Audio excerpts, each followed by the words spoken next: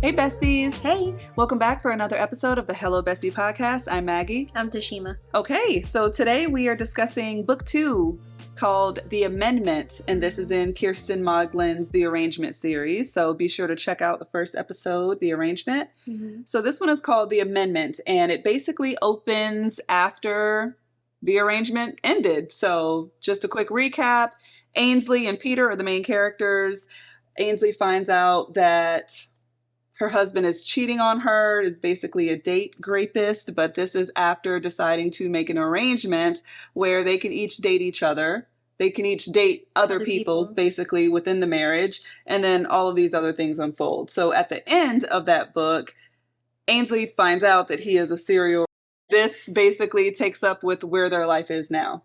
So I have a couple of reviews here. Now, no shade, but Tima and I both listened to this book, and we were kind of in agreement that the narration wasn't the best that we've heard in terms of cadence and how it was read, but a lot of people really loved the narration. Yeah. So, and that's just our personal preference. Right. I mean, she did a great job. It's just not what we would prefer. Yeah. So I think it would be a safe bet for you guys to check out the audio because it seems to have rave reviews, honestly. But so someone said The Arrangement was probably my favorite book of 2021, and the sequel did not disappoint. The audiobook was short and sweet. The narrators totally nailed it again. As I said, lots of rave reviews for that. A 2-star review said, the writing, the storyline, everything about this book is cringy and absolutely unnecessary. I love the first book, but this was such a disappointment. Yeah. Interesting. So Goodreads has a total overall rating of 3.46 for this one. So what would you rate this book on a scale of 1 to 5 stars? I feel like I would probably give it a 3.5. I agree with that. I agree. A 3.5.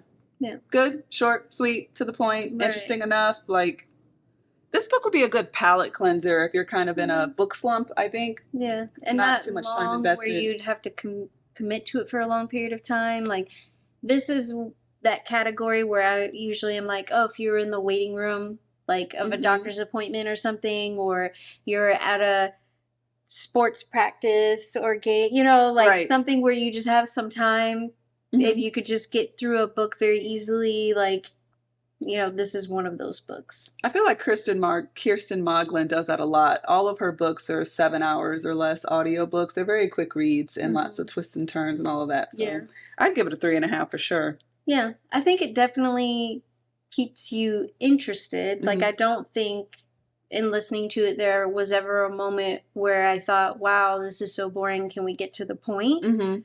I feel just as the first book, things are always happening and there are a lot of plot twists throughout and you don't ever see them coming, in my opinion. I don't ever see them coming. So for that, I think it's enjoyable. In terms of being a good sequel, did you feel like it followed the second book really well? Yeah, and in that regard, yes. I think so too. Yeah. I feel like it was, I don't know, I think she did a good job. Yeah.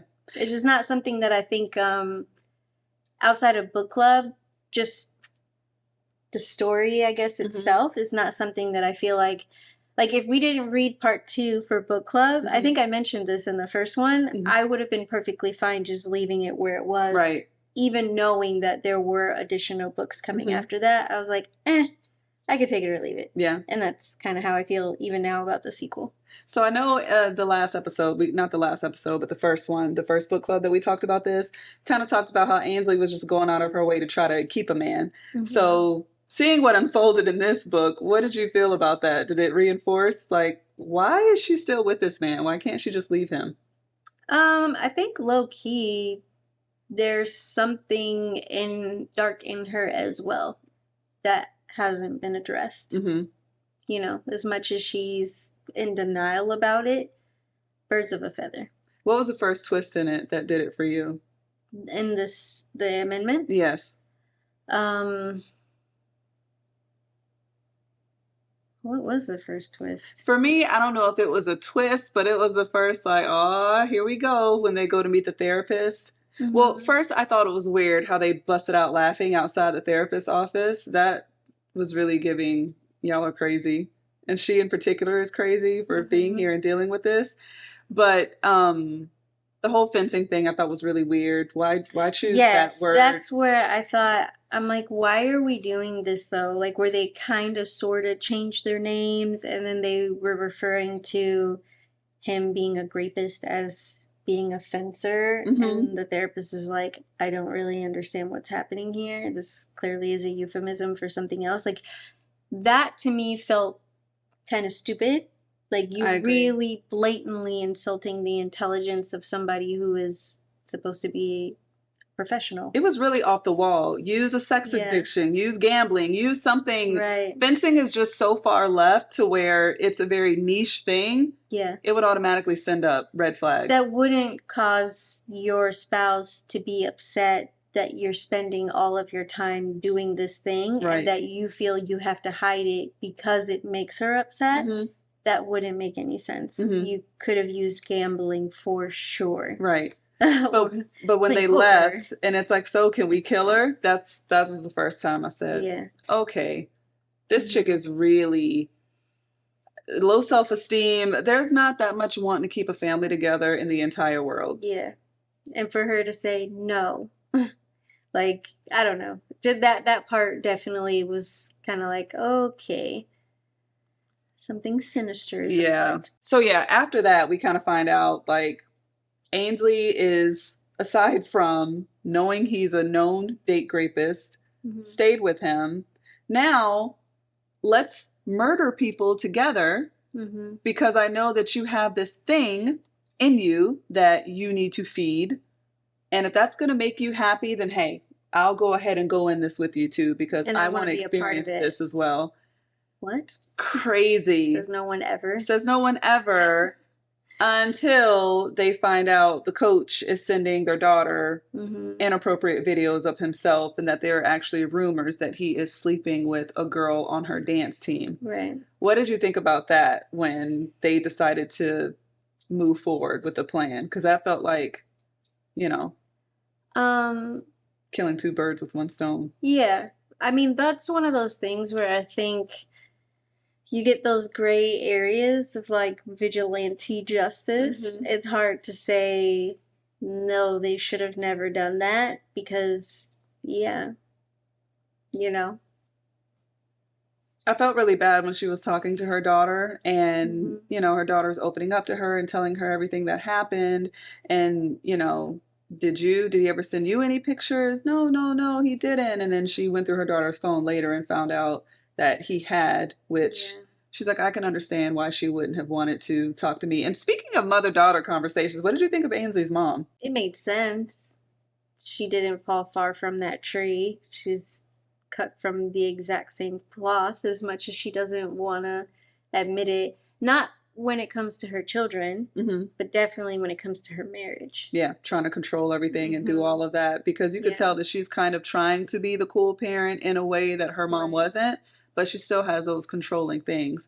And they talk about Peter and how, what did you think of his backstory? The whole thing with Jim, I thought was, I don't know, low-key unrealistic. But I don't know how you could say anything like that would be realistic. It's just how he was forced into that situation. And he's like, do it now. Like, I don't know. It's like the using peer pressure to get somebody to do to essay someone to prove their loyalty. That's crazy. In college seems bizarre. I guess I could have seen it sort of possible.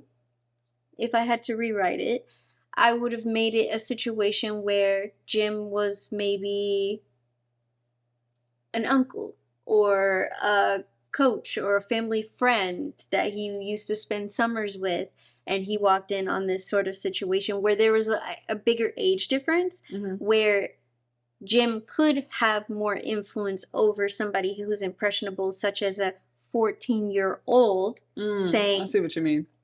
It's okay. Go ahead and do it. This proves your loyalty to me. Where somebody who's at that age of like this feels morally wrong. However, this person is taking care of me and loves me, and why should I question them? And I want them to be proud of me. And then fall into that kind of a cycle. But somebody who's in college, I just feel like you have more of that independent thought process to be like, yeah, no. She did try to play him out to be someone who wasn't popular and that wanted to be liked and wanted to have friends. And that's probably why, to your point, to gain some credibility for like, why though? Maybe, I guess. It just, I'm like, that's a whole grown man. What right. do you mean? Right. Prove my loyalty for you? For what?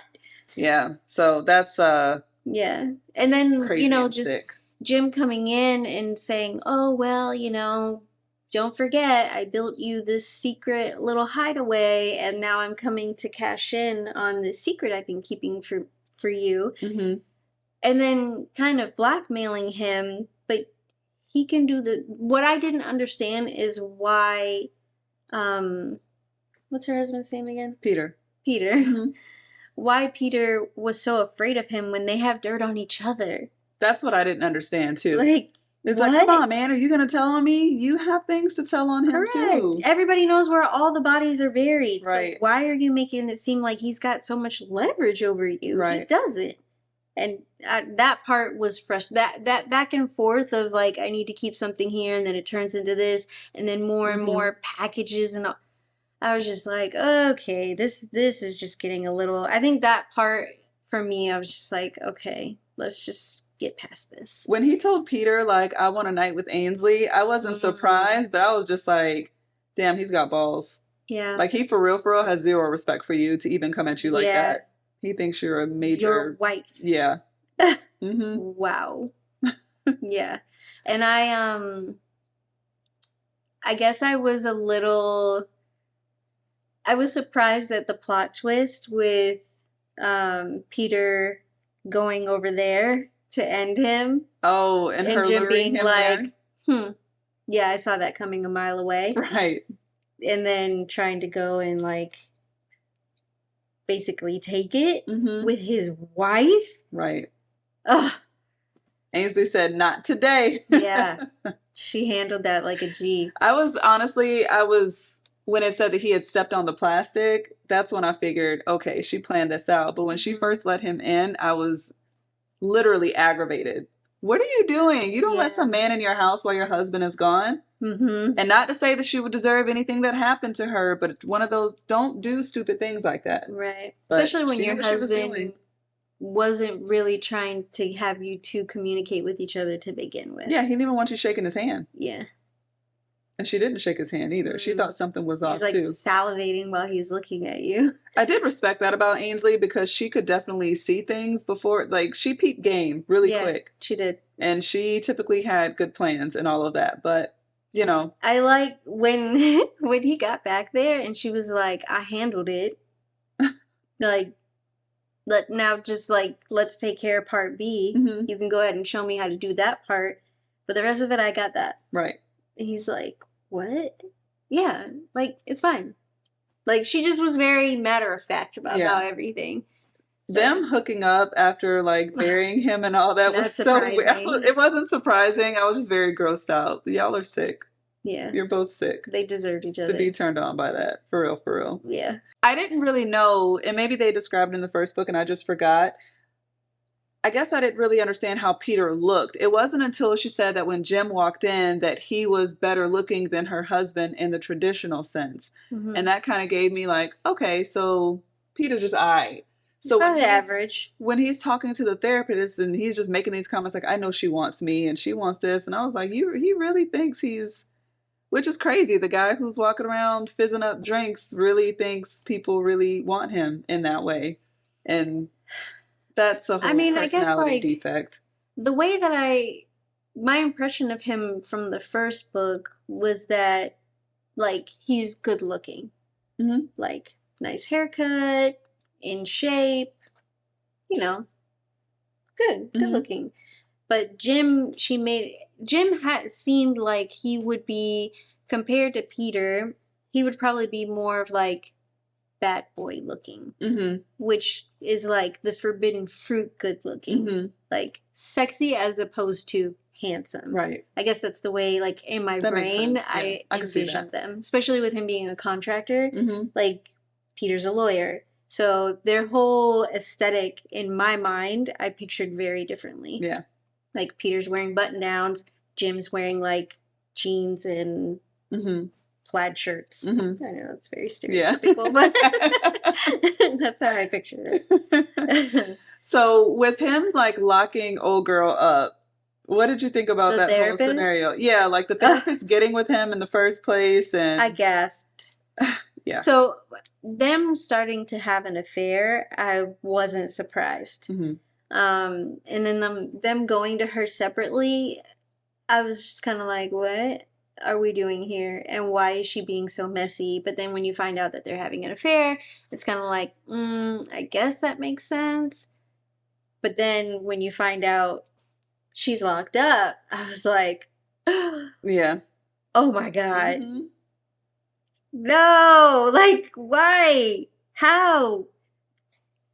Yeah, I felt so bad for her. I did too. When he made that comment, you know, they all start with Bargaining and like trying yes. to seduce their way to being let free and all of that, and like how she was positioned. I just, my heart broke for her. He's like, and now here she is. I broke her just like I break everybody. And that's like some real psychological. Yeah, that's messed up. That's some crazy stuff. And that's the first time I think we saw him at work in that area. So right. I guess I didn't realize in the first book that he was actually taking people there like alive. I thought that he was working there and they were unalived. I thought so too. I thought that was just like where he hid people, pleasure palace, hid his trinkets, and you know, basically all the evidence of what I did is going to be here, but it's not physically where I'm doing shrine the dirt. where I go to worship and Correct. I keep my tools. Yeah, not like you're actually bringing people here, and that this room is soundproof and they're here for like a really long time. And then until she started talking about she can always tell because he starts acting like he starts being away really a long time and really distant, not wanting to be intimate. And it's like for months. Yeah, he was like, let's see how I feel in a few months. And she's like, wait, what? Whoa. Amazingly crazy. Yeah. And yeah, the whole... You had a whole like place in your woods in the back where you have all these bodies buried, literally. Yeah. I don't know. Which seems really close for comfort that you would just do that. Like, I don't know. It just seems really messy. Yeah. To have all of this evidence just there. And then you got Stefan under the porch. So now it's at your actual home. Yeah, girl. Just crazy. So what'd you think about the twist at the end? I was... Did you think Peter... Okay, so with Ainsley deciding to basically kill Peter, which I'm just like, just divorce him. Like, she just goes to such extremes. Yeah. Just such extremes. And then she made a comment. I wish I would have bookmarked it or wrote it down, but she said, better be a widow than a divorcee with like 2.5 kids and a dog or something like that. And I was thinking, no? Really? Don't they have 3 kids? They do, but I think she said 2. I think she was just like alluding to a stereotype type of thing. Yeah. I felt it was really unnecessary for her to do that. I didn't see the point in it, but I guess she was acting out of anger. I don't know. But she planned it out how she tried to plan out everything, though. Yeah. Taking the kids and, I'm going to tell them this and that. And when she's at the beach with them and she's like, let's talk to your dad about, I was like, this bitch is cold as hell.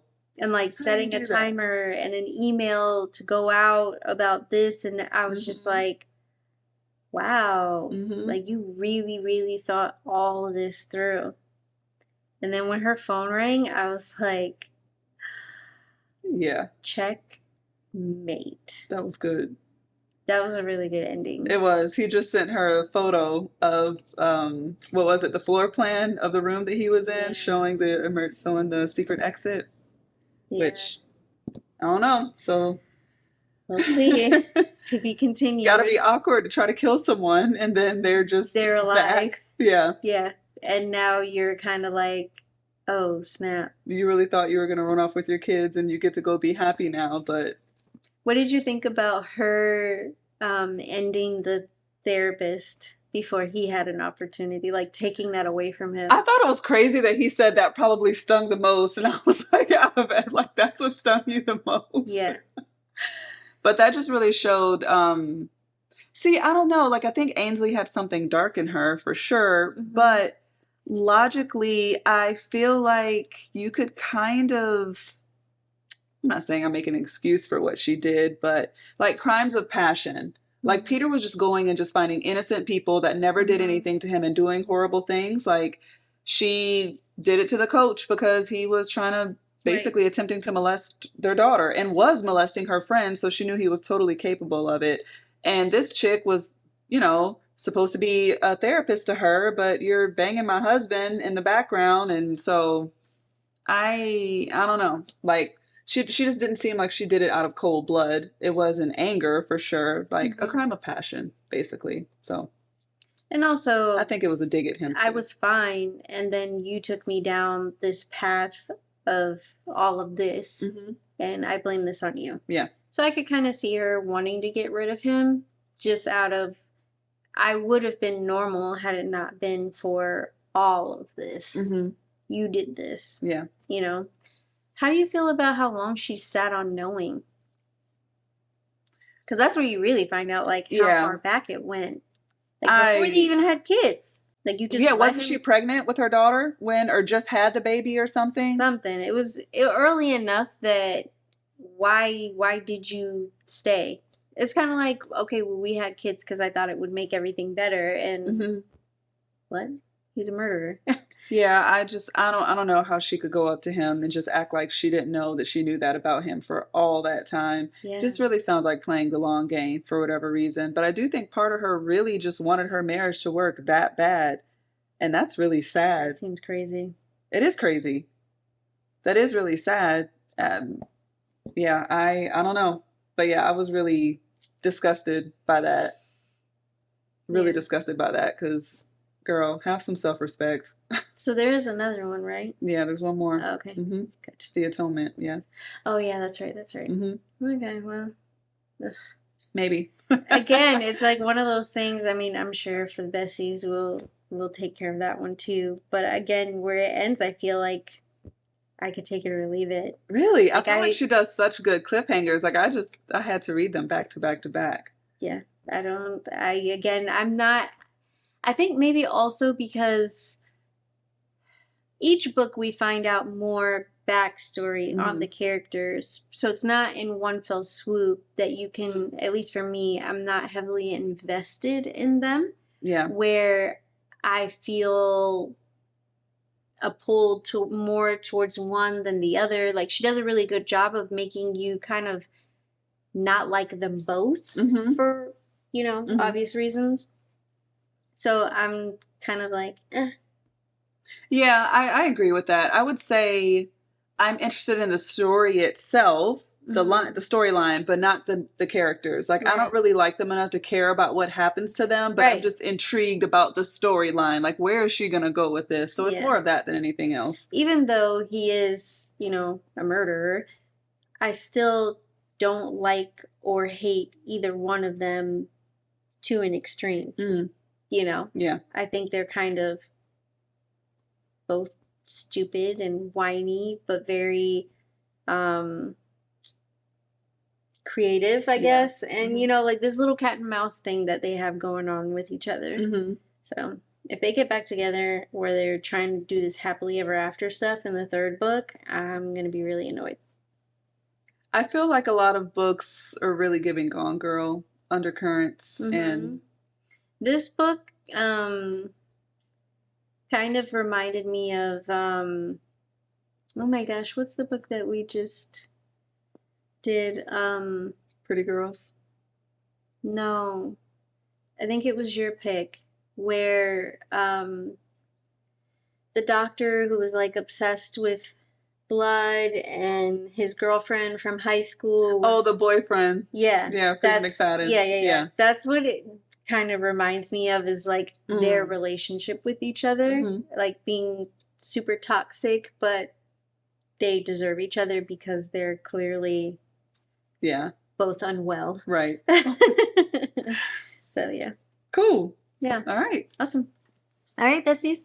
So let us know your thoughts down below if you have any book recommendations for us, and we will see you in the next episode. Bye. Bye.